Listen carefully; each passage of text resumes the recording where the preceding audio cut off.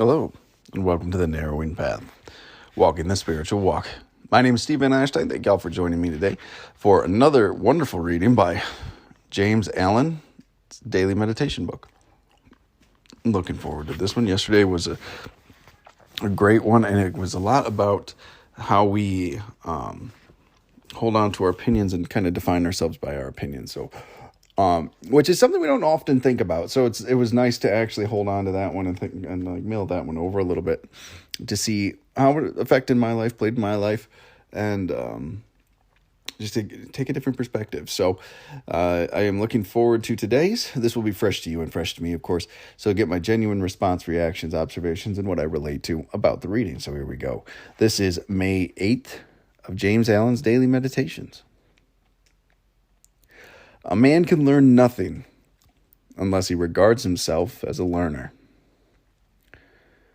How am I acting towards others? What am I doing for others? How am I thinking of others? Are my thoughts of and acts towards others prompted by unselfish love, as I would theirs should be to me? Or are they the outcome of personal dislike, of petty revenge, or of narrow bigotry and condemnation? As a man in the sacred silence of his soul asks himself these searching questions, applying all his thoughts and acts to the spirit of the primary precept of the Christ, his understanding will become illuminated, so that he will unerringly see where he has hitherto failed, and he will see what he has got to do in rectifying his heart and conduct, and the way in which it has to be done. Evil is not worth resisting. The practice of good is supremely excellent. What an interesting way to close that. I really makes you think. I like that last one.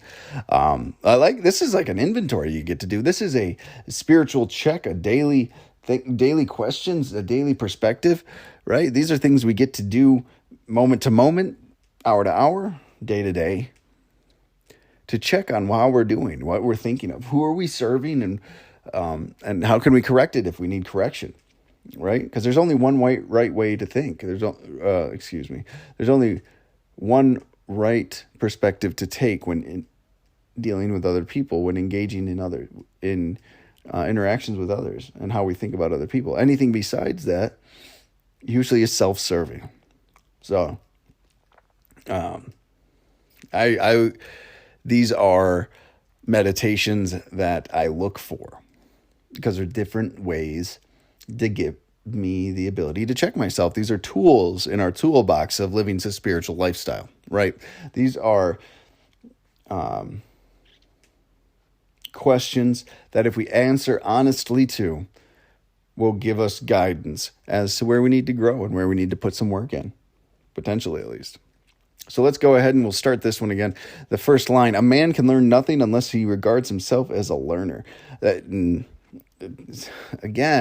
this is one of those things where obviously, but not so obviously, a lot of people believe they know everything they need to know. And that closes them off from growth. That closes them off from perspective and understanding. And what a unfortunate circumstance that is, right? What an extremely sad place to be, right? Because if we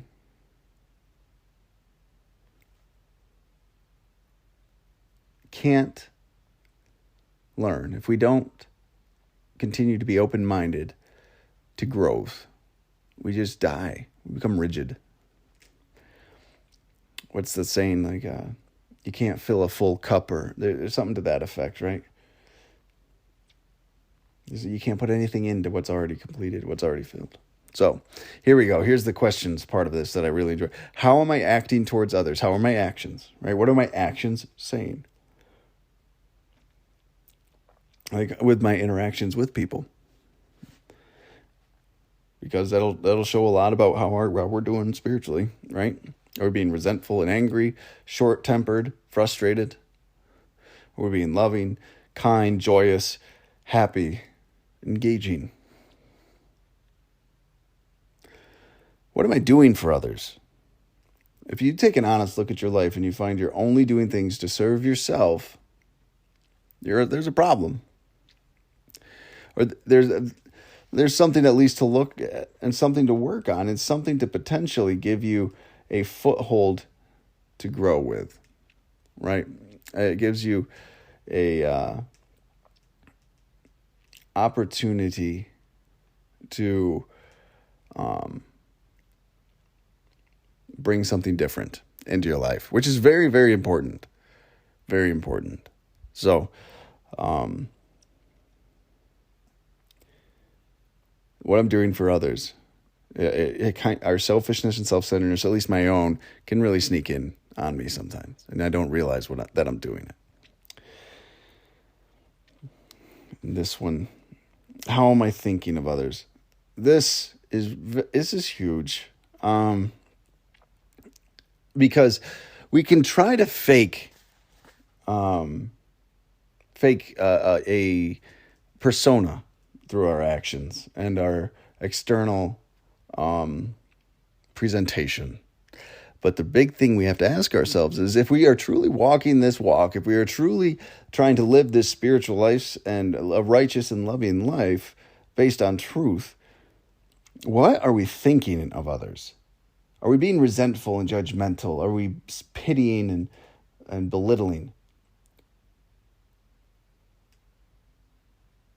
Or are we thinking of them compassionately and lovingly to be of a true joy or true service to these people?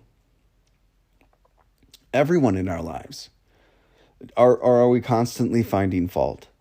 Right? Are we constantly comparing ourselves to them? Are we trying to put us in a place of superiority?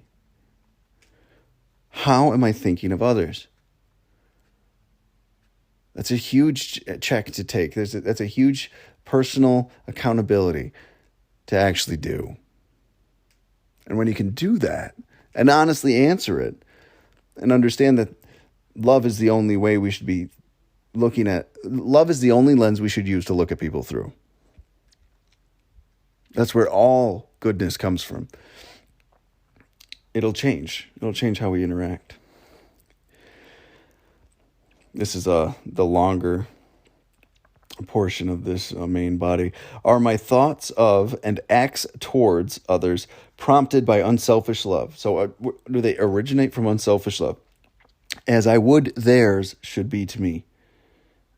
Right? So we hope theirs would be coming from the same place when interacting with us. From that place of unselfish love. Or are they the outcome of personal dislike, of petty revenge, or of narrow bigotry and condemnation? Oof. Oh, those are dirty sounding words. They don't feel good when you say them even, right? Personal dislike, of petty revenge, or of narrow bigotry and condemnation. That's huge. That's all the stuff I was just talking about. I don't like them because this reason, that reason. I don't like the way they look. I don't like the way they dress. I don't like the way their voice sounds. I don't like the opinion that they hold.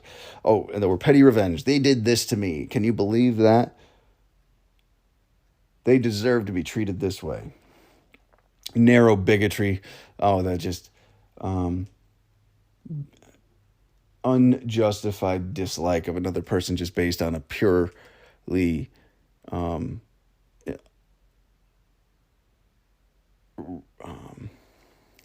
idealistic bias or personally held unfounded bias and bigotry and condemnation simply just like damning somebody to be judgmental and think less than of somebody. As a man, in the sacred silence of his soul, when we're by ourselves, when we are alone with ourselves, right? When it's just us, he asks himself these searching questions.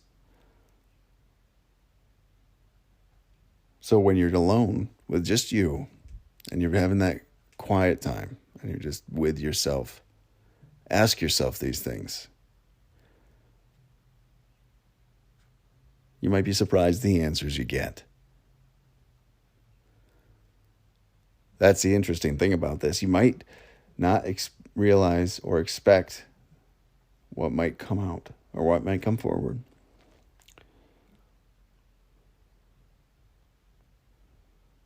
Applying all his thoughts and acts to the spirit of the primary precept of Christ. Everything should be done through love. Love one another. His understanding will become illuminated so that he will unerringly see where he has hitherto failed. Sometimes I ask myself this in a very real way. How can I be loving towards this person? How can I be helpful towards this person, right? And I'll see where my own personal sin and selfishness and self-centeredness gets in the way often and regularly. Because I'll try to control an outcome or trying to be getting somebody to behave in a certain way, right? That's what I want.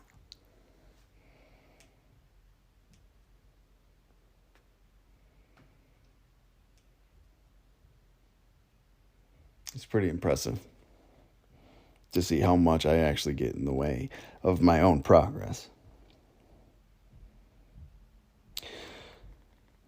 And he will see what he has got to do in rectifying his heart and his conduct and the way in which it has to be done. So we get that perspective and understanding, right? We get that that change, and we get that ability to change our behaviors and grow and be different and act differently, which is huge. So this last part, I think, is just great. I really, really like this last part of this whole thing. This last line is, evil is not worth resisting. Try the practice of good. The practice of good is supremely excellent.